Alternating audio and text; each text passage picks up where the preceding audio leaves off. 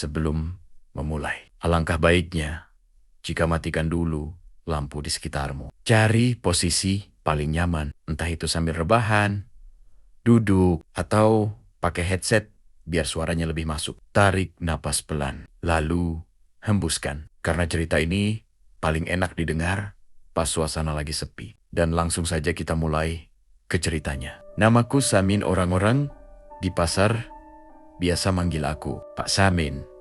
Umurku sudah lewat 50. Rambut mulai memutih. Punggung agak bongkok karena puluhan tahun narik becak. Sejak muda sampai sekarang, hidupku gak pernah jauh dari jalanan. Dari suara roda becak berderit. Dan dari bau aspal yang kepanasan siang hari, lalu lembab saat malam turun. Aku bukan orang kaya, tapi aku selalu percaya satu hal. Rezeki yang pelan, tapi halal itu lebih bikin tidur nyenyak. Setiap hari, rutinitasku sama. Bangun sebelum subuh, sholat, ngopi sebentar, lalu dorong becak ke pasar. Siang sampai sore biasanya ramai. Tapi malam, itu jam paling rawan. Bukan cuma rawan capek, tapi rawan hal-hal yang gak kelihatan. Itu kata almarhum bapakku dulu, yang juga tukang becak. Dia selalu bilang, jalan itu bukan cuma dilewati orang hidup. Makanya istriku juga selalu wanti-wanti. Kalau sudah lewat jam 2, pulang. Min, rezeki besok masih ada. Katanya hampir tiap malam. Biasanya aku nurut. Jam 1:30 aku sudah pamit sama appointment becak lain. Tapi malam itu beda. Entah kenapa, dadaku terasa gelisah. Ada perasaan gak enak. Tapi juga seperti ada sesuatu yang menahan aku untuk pulang cepat. Malam itu habis hujan. Jalanan masih basah. Lampu pasar memantul di genangan air. Kelihatan kuning pucat seperti mata orang capek. Suasana pasar sudah sepi. Pedagang satu-satu beresin lapak. Bau sayur busuk, tanah basah, dan sisa ikan asin bercampur jadi satu. Angin dingin, pelen-pelen masuk ke tulang. Aku duduk di becak sambil ngerokok, nunggu penumpang terakhir. Teman-teman sudah pulang semua. Tinggal aku sendiri di pojokan pasar. Dekat jalan kecil yang jarang dilewati mobil. Jam di masjid dekat pasar sudah nunjuk angka hampir jam 2. Aku sebenarnya sudah mau berdiri, mau dorong becak pulang, sampai aku lihat seseorang berdiri di pinggir jalan. Seorang perempuan, dia berdiri diam, gak gerak.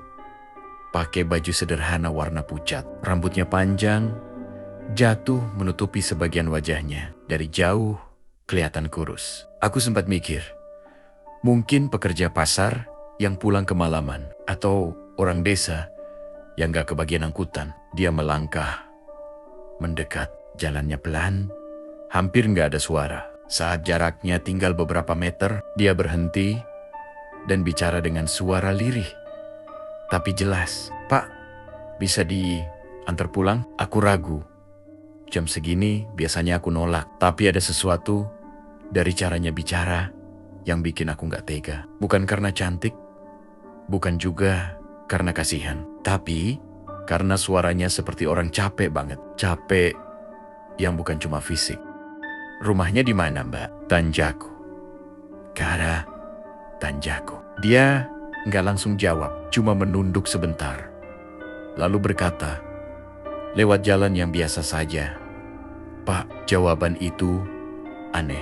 Tapi aku gak nanya lagi. Aku cuma mengangguk dan bilang, naik, Mbak. Dia naik ke becak dengan gerakan pelan. Begitu duduk, becakku langsung terasa berat. Bukan berat biasa, seperti aku narik beban yang bukan cuma badan manusia. Dadaku langsung sesak sedikit.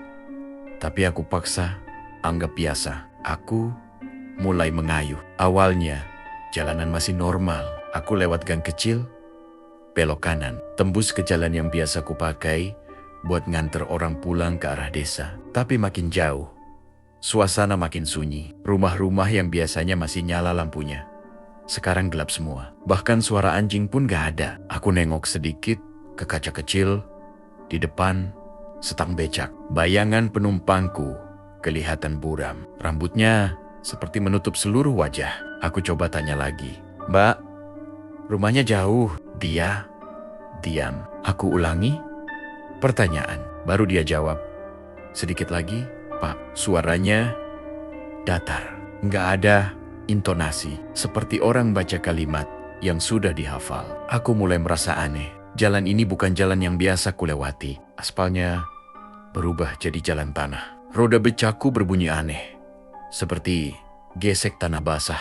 Udara jadi lebih dingin. Bau melati tiba-tiba tercium kuat. Bercampur bau tanah. Padahal di sekitar sini nggak ada kebun melati. Tanganku mulai gemetar. Kakiku terasa berat nginjak pedal. Aku baca doa pelen-pelen dalam hati. Aku nggak berani nengok ke belakang. Aku cuma fokus ke depan. Berharap segera sampai tujuan. Tiba-tiba aku sadar satu hal yang bikin jantungku nyaris berhenti. Aku nggak lagi kenal jalan ini. Nggak ada rumah warga. Nggak ada sawah.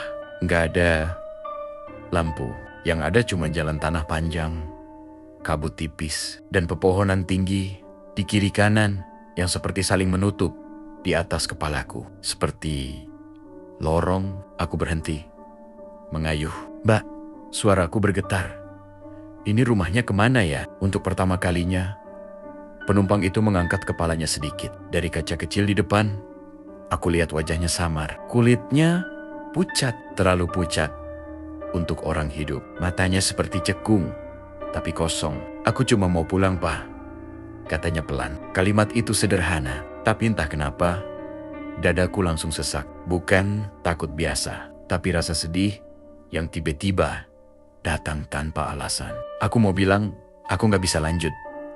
Mau putar balik. Tapi sebelum sempat bicara, angin dingin berhembus kencang. Kabut makin tebal. Jalan di belakangku seperti menghilang. Saat itulah aku sadar. Perjalanan ini bukan lagi soal nganter orang pulang. Ini soal apakah aku bisa kembali. Hujan masih turun rintik-rintik. Waktu aku mulai mengayuh becak lagi. Tanganku dingin. Bukan cuma karena air hujan, tapi karena perasaan aneh yang belum juga hilang. Sejak penumpang perempuan itu naik, aku berkali-kali melirik kaca spion kecil di samping setang. Dia masih duduk di sana. Diam. Wajahnya tertunduk. Rambutnya yang panjang menutup hampir seluruh mukanya. Tidak bergerak. Tidak bersuara. Seolah-olah dia bukan manusia biasa. Tapi bayangan yang ikut menempel di becakku. Jalanan yang kulalui makin lama makin sepi. Warung-warung yang biasanya masih buka sampai tengah malam sekarang gelap semua. Pintu besi tertutup rapat. Lampu-lampu jalan jaraknya makin jarang. Aku yakin tadi aku masih di jalur pasar lama. Tapi entah kenapa sekarang suasananya berubah. Aspal jalan terasa lebih kasar. Kanan kiri mulai banyak pepohonan besar. Aku mulai merasa asing dengan jalur ini. Mbak Yu, ini rumahnya masih jauh? Tanyaku pelan. Berusaha tetap sopan. Tidak ada jawaban. Aku menghela napas. Mencoba berpikir positif. Mungkin dia capek, mungkin sedang melamun. Tapi setiap kali aku mengayuh, perasaan berat di belakang terasa makin nyata. Seolah becak ini membawa beban yang bukan cuma badan manusia. Angin malam berhembus dingin, menusuk sampai ke tulang. Aku mencium bau aneh, campuran antara tanah basah dan sesuatu yang amis. Bau itu bukan bau hujan biasa. Lebih mirip bau kain lama yang disimpan terlalu lama di tempat lembab. Aku menelan ludah. Dalam hati mulai membaca doa-doa pendek yang kuingat sejak kecil. Jalan ini makin gelap. Pohon-pohon besar menjulang. Rantingnya seperti tenggen-tenggen hitam yang siap meraih. Lampu becakku mulai redup, berkedip pelan. Tiba-tiba di depan, aku melihat gapura tua. Catnya sudah mengelupas. Tulisannya hampir tak terbaca. Aku memperlambat kayuhan, mencoba membaca tulisan yang pudar itu. Mataku menyipit. Selamat datang. Hanya itu yang terbaca. Tidak ada nama kampung. Tidak ada petunjuk lain. Padahal aku yakin di daerah sini tidak ada gapura seperti ini. Mbak Q, kita masuk sini. Tanyaku lagi. Kali ini suaraku terdengar lebih gemetar. Perempuan itu akhirnya bergerak. Perlahan Dia mengangkat kepalanya. Aku tidak berani menoleh langsung.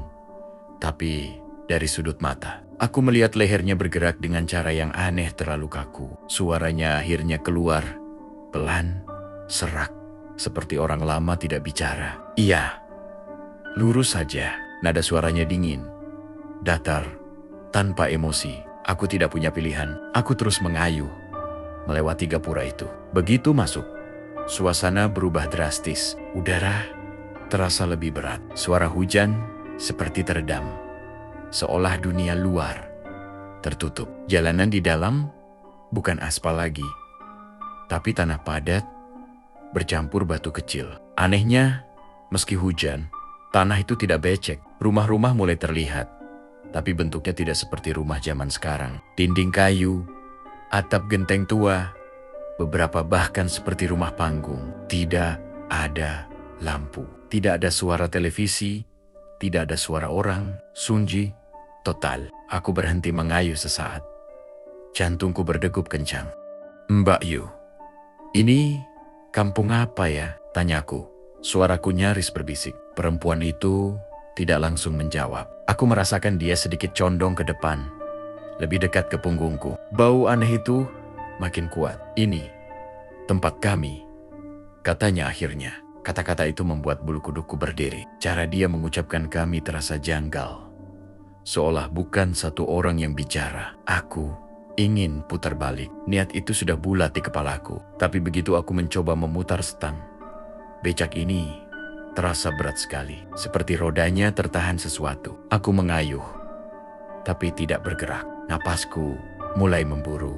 "Tolong, jangan berhenti," kata perempuan itu pelan, tapi nadanya seperti perintah. Aku terdiam. Keringat dingin mengalir di pelipis, meski udara sangat dingin. Dengan susah payah, aku mengayuh lagi. Kali ini becak bergerak, tapi pelan, sangat pelan. Kami melewati rumah-rumah tua itu. Di beberapa teras, aku melihat bayangan hitam duduk diam. Tidak jelas bentuknya, ada yang tinggi kurus, ada yang seperti anak kecil. Tapi semuanya diam, menghadap ke arah jalan, seolah menonton aku lewat. Aku menunduk, tidak berani menatap lebih lama. Doa-doa di kepalaku makin kacau. Lidahku terasa keluh. Tiba-tiba, di tengah jalan, aku melihat seorang kakek berdiri. Pakaiannya lusuh, rambutnya putih, panjang, matanya kosong. Dia berdiri tepat di tengah jalan, menghalangi. Aku refleks, berhenti. "Kamu, jangan lanjut," kata kakek itu. Suaranya jelas, tegas. Aku hampir menangis mendengarnya. Ada manusia lain yang bicara normal. "Pak, saya mau pulang," kataku terbata-bata. "Saya cuma narik becak." Kakek itu menatap ke arah penumpang di belakangku. Wajahnya berubah tegang. "Kamu sudah lewat batas," katanya pelan. "Kalau lanjut, kamu bisa tidak kembali." Belum sempat aku bertanya, perempuan di belakang tertawa kecil. Tawanya pelan, tapi membuat dadaku sesak. "Sudah terlanjur," katanya. Angin kencang tiba-tiba berhembus. Lampu becakku mati seketika. Dalam gelap, aku mendengar suara-suara berbisik dari segala arah. Kakek itu menghilang begitu saja, seolah ditelan kabut. Becakku bergerak sendiri. Aku tidak mengayuh, tapi roda berputar. Jalanan di depan berubah, memanjang tanpa ujung. Rumah-rumah menghilang, digantikan hamparan gelap yang luas. Langit di atas bukan hitam, tapi kelabu kehijauan, tanpa bintang, tanpa bulan. Air mataku akhirnya jatuh. Suaraku bergetar. "Saya cuma mau pulang." Perempuan itu tidak menjawab lagi, tapi aku merasakan sesuatu yang dingin menyentuh pundakku. Sentuhan itu bukan tangan manusia. Dan saat itulah aku sadar, aku mungkin sudah benar-benar masuk ke tempat yang seharusnya tidak boleh diinjak oleh orang hidup. Aku tidak tahu sudah berapa lama becak itu bergerak sendiri. Waktu terasa aneh di tempat ini. Tidak cepat, tidak lambat, seperti berhenti, tapi tetap berjalan. Dadaku sesak, napasku pendek-pendek. Aku masih duduk di sadel. Tanganku memegang stang, tapi kakiku tidak lagi mengayuh. Roda becak tetap berputar, pelan, berderit lirih, seolah ditarik oleh sesuatu yang tak terlihat. Kabut semakin tebal. Aku bahkan sudah tidak bisa melihat ujung jalan. Yang terdengar hanya suara roda, napasku sendiri, dan sesekali bisikan samar dari arah yang tidak jelas. Bukan satu suara, banyak. Seperti orang-orang berbicara pelan, tapi bahasanya tidak ku mengerti. Ada yang terdengar seperti menangis, ada yang seperti tertawa kecil. Aku menunduk, memejamkan mata kuat-kuat. Dalam hati, aku terus mengulang doa. Aku tidak berani nengok ke belakang. Kata-kata kakek tadi masih terngiang di kepalaku. Kamu sudah lewat batas. Perlahan, becak melambat. Aku merasakan tanah di bawah roda berubah. Tidak lagi keras, lebih empuk, seperti tanah kuburan yang sering digali. Becak akhirnya berhenti dengan sendirinya. Aku membuka mata. Di depanku terbentang sebuah lapangan luas. Tidak ada rumput hijau, tanahnya abu-abu pucat, seperti tertutup abu tipis. Di sekeliling lapangan berdiri banyak orang. Mereka diam, berjejer rapi, menghadap ke tengah lapangan. Pakaian mereka beragam. Ada yang seperti petani zaman dulu, ada yang seperti pedagang, ada juga yang pakai baju lusuh, seperti orang kecelakaan. Wah, mereka kosong, matanya terbuka, tapi tidak ada cahaya kehidupan di dalamnya. Tanganku gemetar hebat. Aku sadar mereka semua melihat ke arahku. Perempuan di belakangku akhirnya turun dari becak. Kakinya tetap tidak menyentuh tanah. Dia berdiri di sampingku sekarang. Untuk pertama kalinya, aku berani melirik langsung ke arahnya. Wajahnya pucat, jauh lebih pucat dari yang kubayangkan. Kulitnya seperti dilapisi kabut tipis. Matanya hitam pekat, tanpa putih mata. Rambutnya terurai panjang, basah, seolah habis kehujanan. Padahal di sini tidak ada hujan. Ini tempat apa? Tanyaku dengan suara hampir habis. Aku mau pulang. Dia menatapku lama. Tidak marah, tidak juga iba. Tatapannya datar, seperti orang yang sudah terlalu lama kehilangan perasaan. Ini tempat persinggahan, katanya. Akhirnya, tempat orang-orang yang perjalanannya belum selesai. Aku menelan ludah. Kakiku terasa lemas. Aku masih hidup, kataku cepat, hampir memohon. Aku punya istri, aku punya rumah, aku cuma cari makan. Perempuan itu tersenyum tipis, senyum yang bukan senyum bahagia. Semua yang di sini juga pernah bilang begitu, jawabnya. Dia melangkah ke tengah lapangan. Orang-orang yang berdiri diam tadi perlahan membuka jalan. Aku melihat lebih jelas wajah mereka. Ada luka di beberapa tubuh. Ada yang kepalanya miring, tidak wajar. Ada yang dadanya cekung, seperti pernah tertabrak keras. Sekarang aku mengerti. Mereka bukan sekadar orang. Mereka adalah orang-orang yang mati di perjalanan. Dadaku seperti diremas. Kenapa aku dibawa ke sini? Tanyaku. Naro, ora sera. Tanyaku. Perempuan itu berhenti dan menoleh lagi. Karena kamu mau mengantar, katanya singkat. Dan karena hatimu tidak menolak. Aku terdiam. Kata-kata itu menusuk lebih dalam. Dari teriakan, aku ingat. Tadi aku memang tidak ragu lama.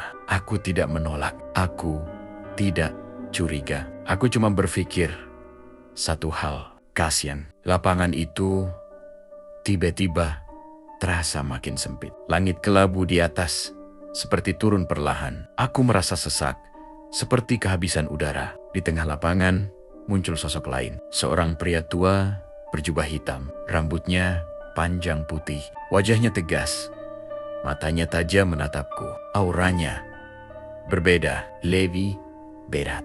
Lebih menekan. Dia belum waktunya, kata pria tua itu. Suaranya menggema tanpa perlu berteriak. Perempuan di sampingku menunduk sedikit, seperti hormat. Dia sudah sampai, jawabnya. Pria tua itu menggeleng pelan. Masih ada ikatan kuat di dunia. Istri, doa, niatnya bukan serakah. Aku hampir jatuh mendengarnya. Lututku gemetar. Aku mohon, kataku dengan suara pecah. Aku janji tidak akan narik malam lagi. Pria tua itu menatapku lama. Rasanya seperti seluruh hidupku dibuka, dilihat satu-satu. Semua salah, semua niat, semua ketakutan. Kalau kau kembali, katanya akhirnya, ingat satu hal. Aku mengangguk cepat. Air mata mengalir tanpa bisa kutahan. Jangan pernah menoleh ke belakang. Meski kau mendengar apapun, perempuan itu menatapku sekali lagi. Ada sesuatu di wajahnya sekarang. Bukan senyum, bukan marah, tapi kesedihan yang dalam. Aku juga cuma mau pulang, katanya lirih. Lapangan itu mendadak gelap. Angin berputar kencang. Aku memejamkan mata. Saat aku membukanya lagi, aku sudah duduk di becakku. Jalanan kembali sempit. Lampu becak menyala redup. Hujan turun pelan. Pasar terlihat di kejauhan. Aku hidup. Tapi di belakangku, aku bisa merasakan sesuatu masih duduk diam. Dan godaan untuk menoleh sangat kuat. Hujan turun makin deras. Airnya mengenai wajah dan tanganku. Dingin. Tapi justru itu yang bikin aku yakin satu hal. Aku masih hidup. Lampu becakku menyala redup. Tapi cukup buat melihat jalan di depan. Aspal pasar mulai kelihatan jelas. Aku hampir sampai. Tinggal lurus sedikit, lalu belok ke gang rumah. Aku mengayuh pelan. Sangat pelan. Takut kalau bergerak terlalu cepat, semuanya menghilang lagi. Tapi perasaan aneh itu belum pergi. Di punggungku, aku masih bisa merasakan keberadaan sesuatu. Duduk, diam, tidak bergerak, tidak bersuara. Seperti beban tak kasat mata yang menempel di tulang belakangku. Aku ingat betul pesan pria tua itu. Jangan pernah menoleh ke belakang. Meski kau mendengar apapun. Aku mengangguk kecil, seolah menguatkan diri sendiri. Lalu aku mendengarnya. Suara napas. Bukan napasku. Napas pelan, teratur, tepat di belakang kepalaku. Leherku langsung kaku. Bulu kuduku berdiri semua. Aku memejamkan mata sebentar, membaca doa lebih kencang dalam hati. Pak.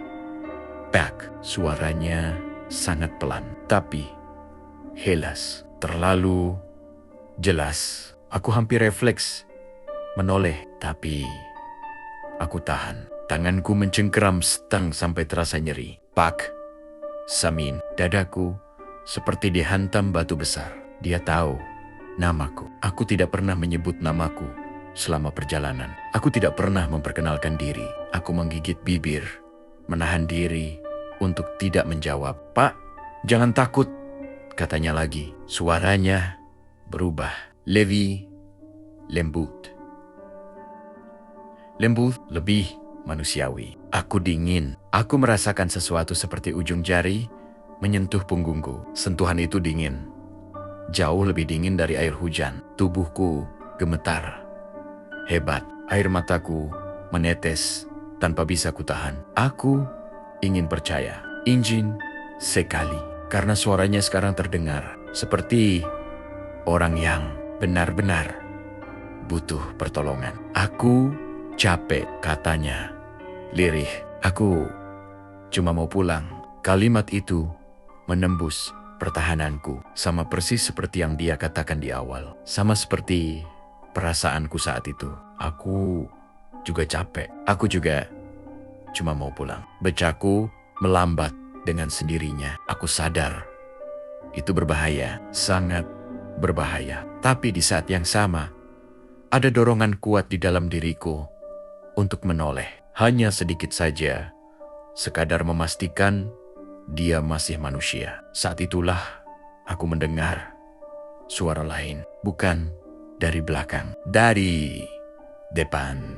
Min! Suara itu keras, jelas, dan sangat kukenal. Itu suara istriku. Aku terkejut. Aku mengangkat kepala. Di ujung jalan, aku melihat rumahku. Lampunya menyala terang. Pintu terbuka. Istriku berdiri di depan. memanggil namaku dengan wajah panik. Min, dari mana saja kamu? Sudah hampir subuh. Hatiku bergetar, dadaku anggat. Ada rasa lega luar biasa. Bu, gumamku pelan. Tanganku refleks melemah. Hampir saja aku menoleh ke belakang untuk memastikan siapa yang duduk di becakku sebelum aku turun dan berlari ke arah istriku. Tapi tepat saat itu, aku mendengar tawa kecil dari belakang. Bukan tawa sedih, tapi tawa puas. Dan seketika itu juga, semua yang kulihat di depan berubah. Lampu rumahku meredup, wajah istriku di kejauhan tidak bergerak. Senyumnya kaku, matanya kosong, seperti topeng. Aku tersentak, dadaku sesak. Jangan lihat, bisikku pada diri sendiri. Jangan dengar. Aku memejamkan mata kuat-kuat. Aku mengayuh lagi. Kali ini dengan tenaga tersisa. Becakku bergerak maju, menembus hujan. Suara dari belakang berubah. Tangisan, isakan, rintihan, kata-kata putus asa yang diulang-ulang. Pak, tolong, aku takut. Lap. Setiap kata seperti mencakar kepalaku. Air mataku jatuh deras, bercampur hujan. Aku hampir berteriak, tapi kutahan. Aku tidak boleh menanggapi. Aku tidak boleh menjawab. Aku merasa tangannya mencengkeram bahuku lebih kuat. Dingin itu menjalar ke dada, ke jantung. Napasku tersendat. Aku berteriak dalam hati, menyebut nama Tuhan berulang-ulang. Lalu, tiba-tiba, semua suara berhenti. Becakku terasa ringan, sangat ringan, seperti kosong. Aku berhenti mengayuh. Pelan-pelan, aku membuka mata. Jalanan normal, lampu-lampu rumah menyala, wajar. Hujan tinggal gerimis. Tidak ada lagi bau melati. Tidak ada lagi dingin aneh. Aku belum berani menoleh. Aku tidak berani bergerak. Butuh waktu lama sampai aku memberanikan diri menyentuh jok belakang becak dengan ujung jari. Kosong, tidak ada siapa-siapa. Kakiku lemas. Aku hampir jatuh dari becak. Aku duduk terdiam lama di pinggir jalan, menangis tanpa suara. Bukan karena takut lagi, tapi karena aku tahu aku baru saja melewati batas paling tipis antara pulang dan tidak pernah kembali. Dan di dalam hatiku ada keyakinan pahit yang mulai tumbuh. Aku tidak langsung pulang malam itu. Aku duduk lama di pinggir jalan, di atas becakku sendiri, membiarkan hujan membasahi tubuhku sampai dinginnya meresap ke tulang. Tanganku masih gemetar. Napasku belum teratur. Setiap kali aku menarik napas dalam-dalam, dadaku terasa perih, seperti habis menangis lama. Jalanan sudah kembali normal. Rumah-rumah di kanan kiri terlihat wajar. Lampu-lampu menyala seperti biasanya. Sesekali ada motor lewat. Bahkan seorang pemuda menoleh ke arahku sebentar. Mungkin heran, kenapa aku berhenti sendirian di tengah hujan. Tapi bagiku, semua itu terasa seperti mimpi. Terlalu cepat berubah dari gelap yang menyesakkan menjadi dunia yang terlihat aman. Aku akhirnya memberanikan diri mengayuh pelan ke arah rumah. Setiap meter terasa berat. Bukan karena kaki lelah, tapi karena pikiranku masih tertinggal di tempat itu. Aku terus mengulang pesan pria tua berjubah hitam di kepalaku. Jangan pernah menoleh ke belakang, meski mendengar apapun. Kalimat itu terus terngiang. Sampai di depan rumah, aku berhenti. Lampu teras menyala. Pintu tertutup. Semua terlihat normal. Tapi aku tidak langsung turun. Aku duduk diam, menatap pintu itu lama. Ada rasa takut yang aneh. Takut kalau yang kulihat nanti bukan istriku. Takut kalau dunia ini hanya jebakan terakhir. Akhirnya aku turun juga. Langkahku gontai. Tanganku gemetar saat menyentuh gagang pintu. Begitu pintu terbuka, istriku langsung berdiri dari kursi. Wajahnya kaget, lalu berubah cemas. Ya Allah, Min, kamu dari mana saja? Ini sudah mau subuh, katanya cepat. Aku ingin menjawab, ingin menceritakan semuanya. Tapi, begitu melihat wajahnya yang benar-benar nyata, mataku panas. Aku cuma menggeleng pelan, lalu duduk di lantai dan menangis seperti anak kecil. Istriku ikut duduk di sampingku, memeluk bahuku tanpa banyak tanya. Malam itu, aku demam, badanku panas dingin.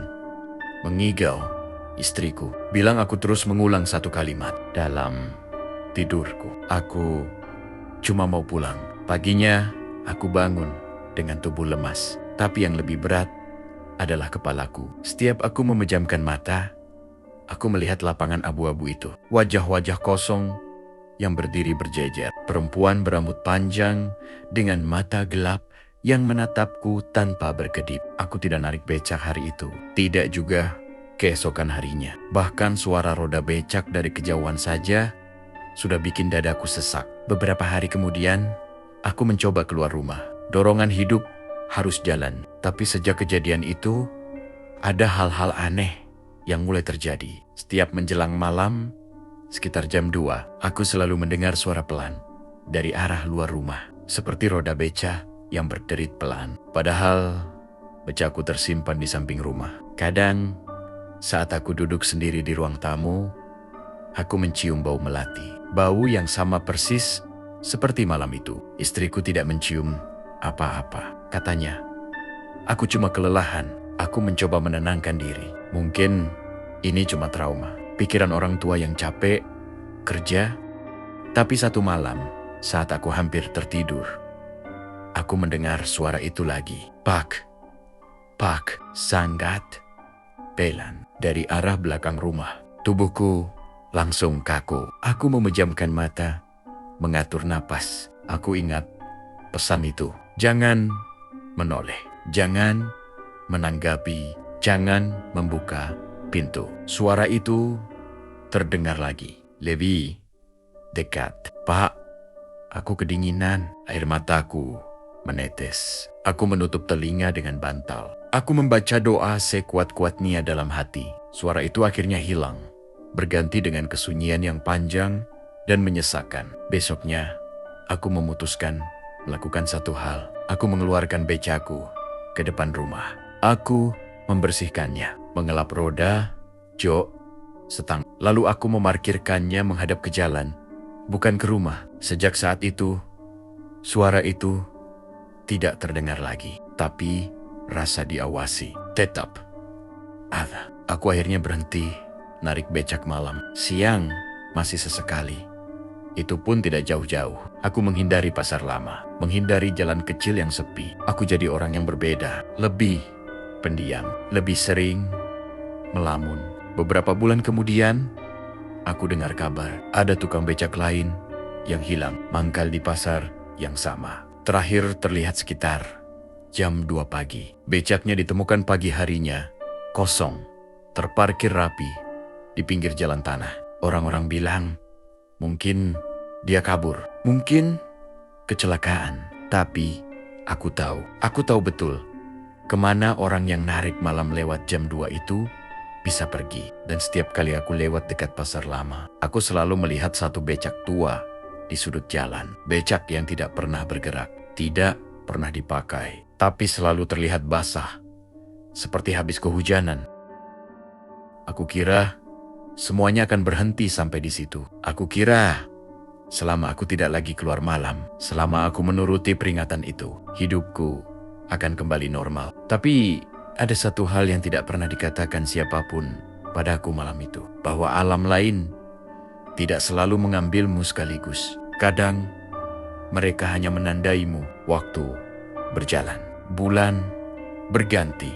Aku mulai jarang mimpi buruk. Bau melati tidak lagi muncul setiap malam. Suara roda becak di luar rumah juga tak terdengar lagi. Aku mulai percaya, mungkin aku benar-benar sudah selamat. Sampai suatu sore, aku duduk sendirian di teras, memperbaiki rem becak. Matahari hampir tenggelam, langit berwarna jingga keabu-abuan, angin bertiup pelan. Saat itulah aku melihat sesuatu yang membuat tanganku berhenti bergerak. Di ujung jalan tanah depan rumah, berdiri seorang lelaki. Punggungnya menghadap ke arahku. Pakaiannya lusuh, tubuhnya kurus. Ia berdiri diam, terlalu diam untuk ukuran orang yang lewat. Ada perasaan tidak enak yang langsung naik ke tenggorokanku. Aku memanggilnya pelan, hanya untuk memastikan. Mas, Mas, tidak ada jawaban. Aku mencoba berdiri, tapi kakiku terasa berat. Lelaki itu perlahan melangkah pergi, menjauh, menyusuri jalan yang mengarah ke pasar lama. Langkahnya pelan, terlalu pelan, seperti sedang menunggu.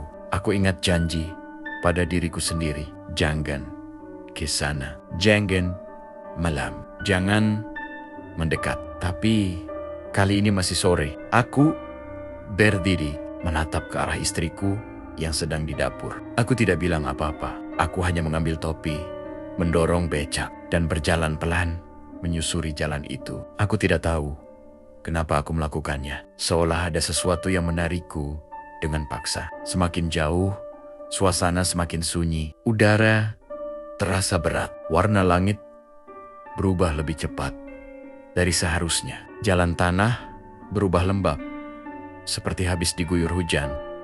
Padahal tidak. Lelaki itu masih di depan.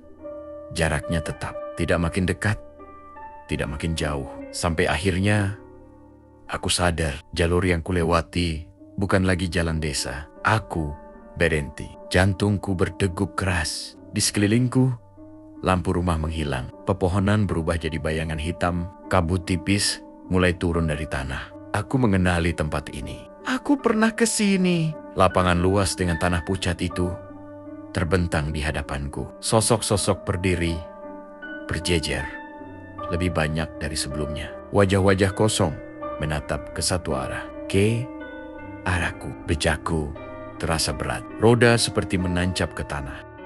Lelaki di depanku akhirnya berbalik. Wajahnya adalah wajahku sendiri. Levi muda, Levi segar, tapi matanya kosong. Tidak ada cahaya kehidupan di sana. Aku cuma mau pulang, katanya dengan suaraku sendiri.